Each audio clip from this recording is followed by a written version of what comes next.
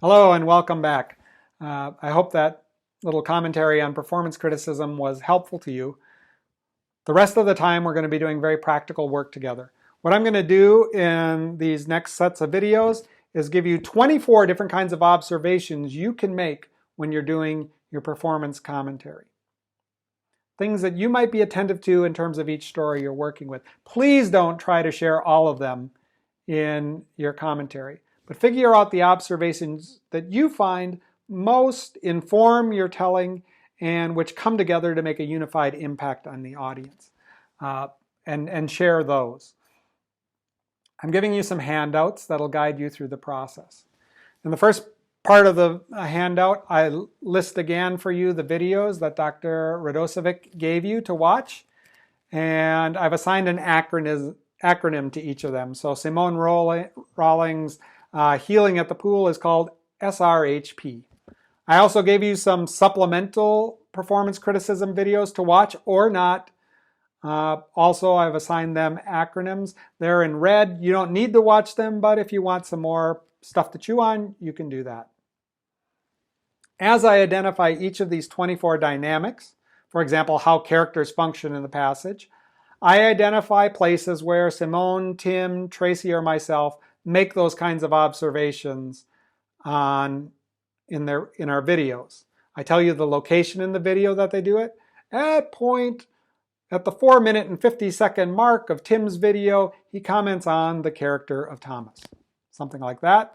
And these provide concrete examples from the videos you've already watched or the extra ones you can watch of each of the categories I'm talking about. I'm not going to summarize those all in the video. I might reference some of them, but in written form you have them. I've also provided a list of the categories and blank spaces on a worksheet for you. I would suggest that as you watch the videos, choose one of your stories and pause when I tell you to and write down some notes about how that dynamic appears in your story. Finally, we'll talk about those when we gather in August. What did you notice about your stories? Do it with one of them as you go through. You'll understand how it works. I would do the worksheet with all of the stories you're working with. I think it's helpful.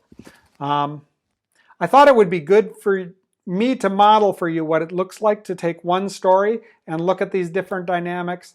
And so I'm going to share a story with you after this video, a story that I love from the Gospel of Mark, chapter 5.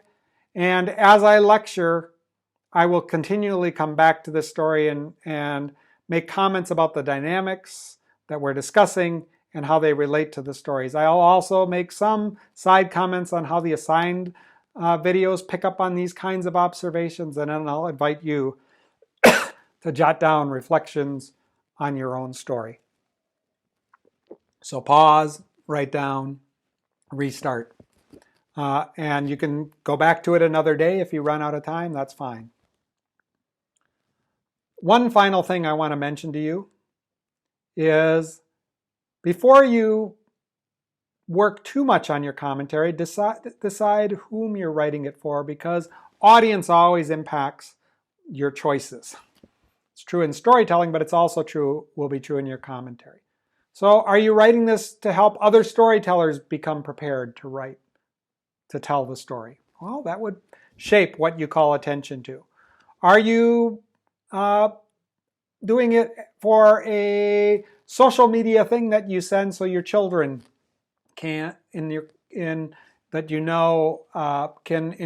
God's word and understand what's going on? Well, if you're talking to children, that might be different than you would do for storytellers. Maybe you're writing for scholars. Maybe you're writing for preachers.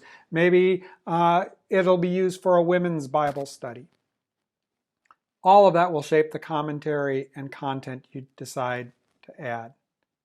So why don't you take a second now and write down who your primary audience is, and you can pause if you need to.